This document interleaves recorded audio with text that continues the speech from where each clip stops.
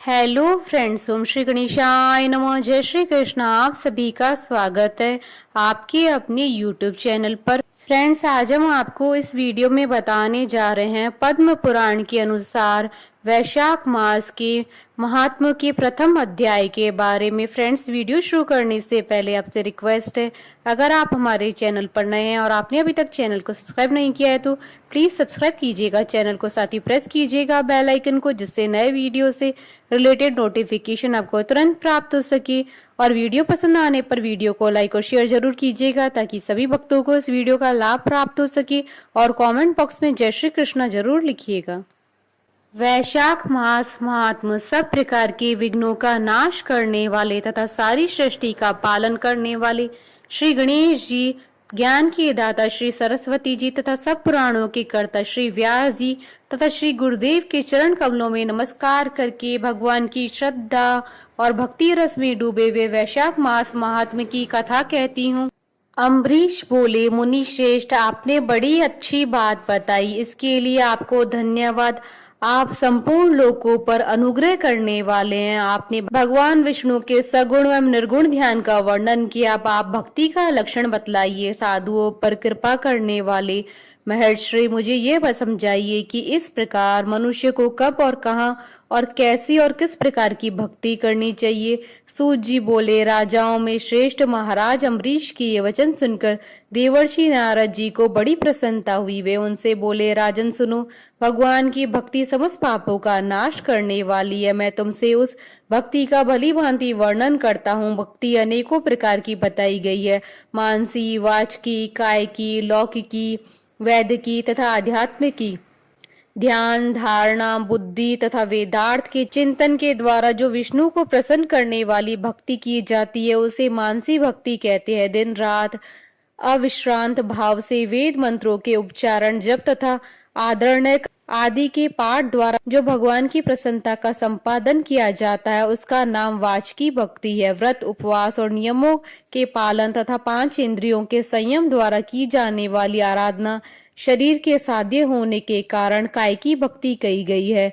यह सब प्रकार की सिद्धियों का संपादन करने वाली है। अपाद्य, अर्ध्य आदि उपचार, नृत्य, वाद्य, गीत, जागरण तथा पूजन आदि के द्वारा जो भगवान की सेवा की जाती है उसे लौकिकी भक्ति कहते हैं। ऋग्वेद, यजुर्वेद, सामवेद के जप, संहिताओं के अध्ययन आदि तथा भविष्य की आहुति, यज्ञ आदि के द्वारा की जाने वाली उपासना का नाम वैदिकी भक्ति है। विज्ञ पुरुषों ने अमावस्या, पूर्णिमा तथा विषुव, तुला तथा मेष की संक्रांति आदि के दिन जो योग करने का आदेश दिया है वह वैदिकी भक्ति का साधक है। अब मैं योग्य जन आध्यात्म की भक्ति का वर्णन करता हूँ, सुनो। योगज भक्ति का साधक सदा अपनी इंद्रियों को संयम में रखकर प्राणायाम पूर्वक ध्यान किया करता है, विषयों से अलग रहता है। वह ध्यान में देखता है भगवान का मुख अनंततः तेज से उद्दीप्त हो रहा है, उनकी कटी के ऊपरी भाग तक लटका हुआ यज्ञोपवीत शोभा पा रहा है।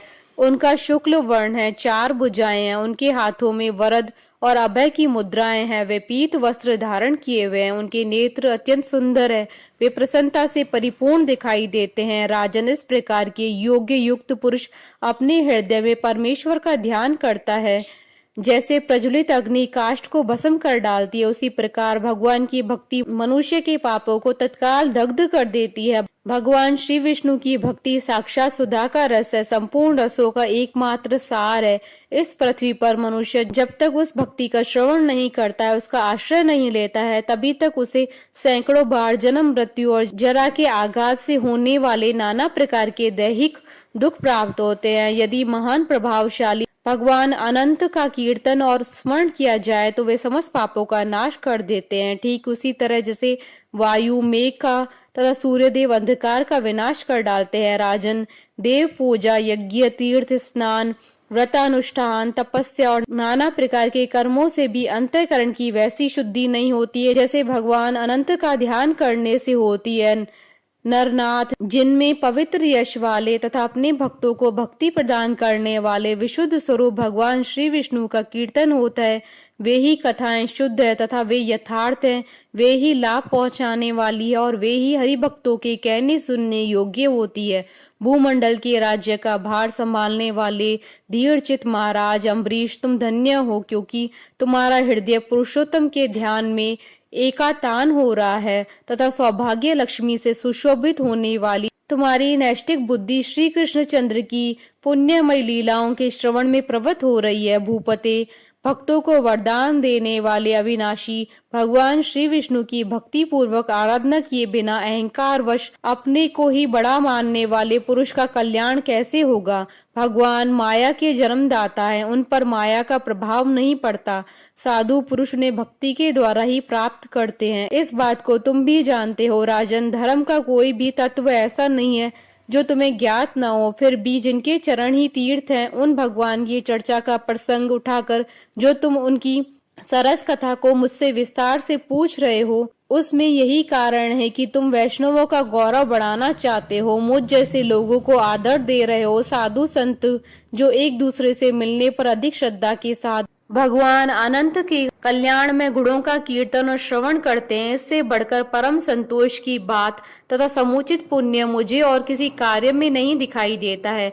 ब्राह्मण, गाय, सत्य, श्रद्धा, यज्ञ, तपस्या, श्रुति, स्मृति, दया, दीक्षा और संतोष, ये सब श्री हरि विष्णु के स्वरूप है। सूर्य, चंद्रमा, वायु, पृथ्वी, जल, आकाश, दिशाएं, ब्रह्मा, विष्णु, रुद्र तथा संपूर्ण प्राणी उस परमेश्वर के स्वरूप है। इस चराचर जगत को उत्पन्न करने की शक्ति रखने वाले वे विश्व रूप भगवान स्वयं ही ब्राह्मण के शरीर में प्रवेश करके सदा उन्हें खिलाया जाने वाला अन्न भोजन करते हैं। इसलिए जिनकी चरण रेणु तीर्थ के समान है, भगवान अनंत ही जिनके आधार हैं, जो संपूर्ण प्राणियों की आत्मा तथा पुण्यमयी लक्ष्मी के सर्वस्व हैं, उन ब्राह्मणों का आदर पूर्वक पूजन करो। जो विद्वान ब्राह्मण को विष्णु बुद्धि से देखता है, वही सच्चा वैष्णव है तथा वही अपने धर्म में भली भांति स्थित माना जाता है।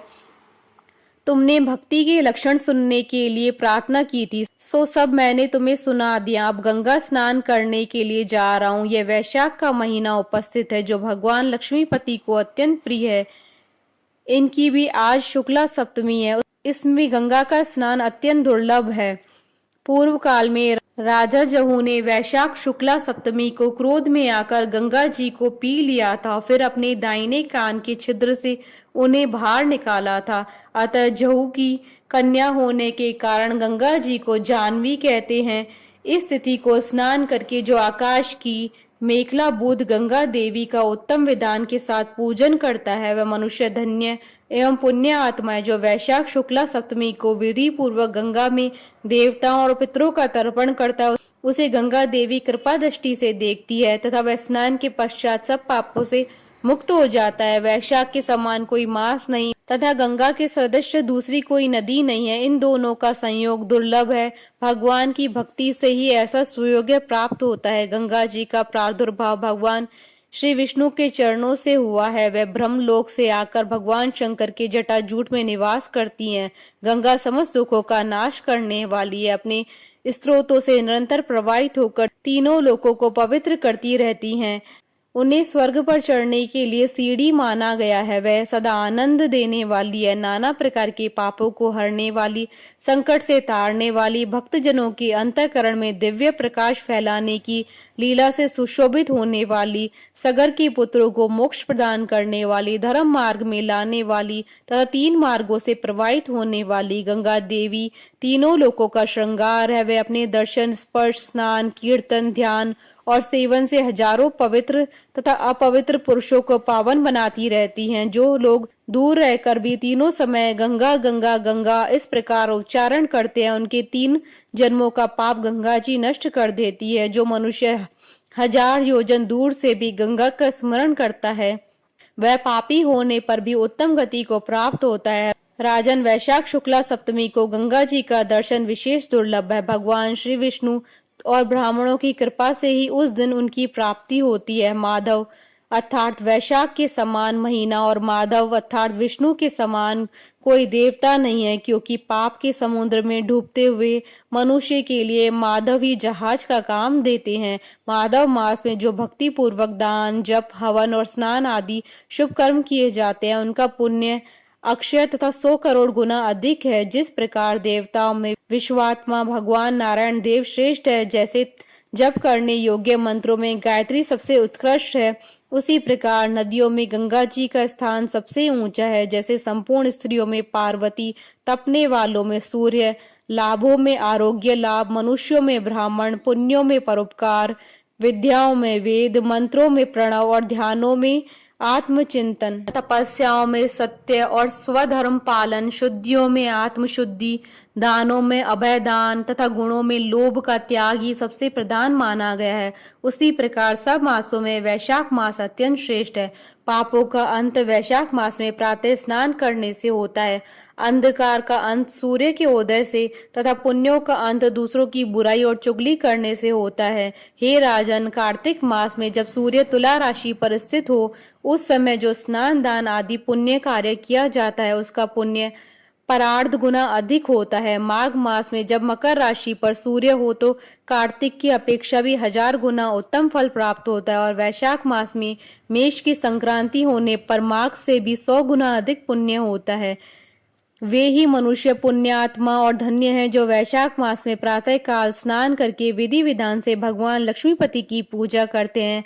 वैशाख मास में सवेरे का स्नान, यज्ञ, दान, उपवास, हविष्य भक्षण तथा ब्रह्मचर्य का पालन ये मान पातकों को नाश करने वाला है। हे राजन, कलयुग में वैशाख मास की महिमा गुप्त नहीं रहने पाएगी, क्योंकि उस समय वैशाख स्नान का महात्म अश्वमेघ यज्ञ के अनुष्ठान से भी बढ़कर है। कलयुग में परम पावन अश्वमेघ यज्ञ का अनुष्ठान नहीं हो सकता है। उस समय वैशाख मास का स्नान ही अश्वमेघ यज्ञ के समान विहित है। कलयुग के अधिकांश मनुष्य पापी होंगे, उनकी बुद्धि पाप में ही आसक्त होगी, अतः वे अश्वमेघ के पुण्य को जो स्वर्ग और मोक्ष रूप फल प्रदान करने वाला है नहीं जान सकेंगे। उस समय के लिए लोग अपने पापों के कारण नरक में पड़ेंगे। अतएव कलयुग के लिए अश्वमेघ का प्रचार कम कर दिया गया और उसके स्थान पर वैशाख मास के स्नान का विधान किया गया। इति श्री पद्म पुराण अंतर्गत वैशाख मास महात्म्य का प्रथम अध्याय संपूर्ण। बोलिए भगवान विष्णु की जय, सनातन धर्म की जय। हमारे साथ इस वीडियो में अंत तक बने रहने के लिए आपका धन्यवाद। ओम श्री गणेशाय नमः।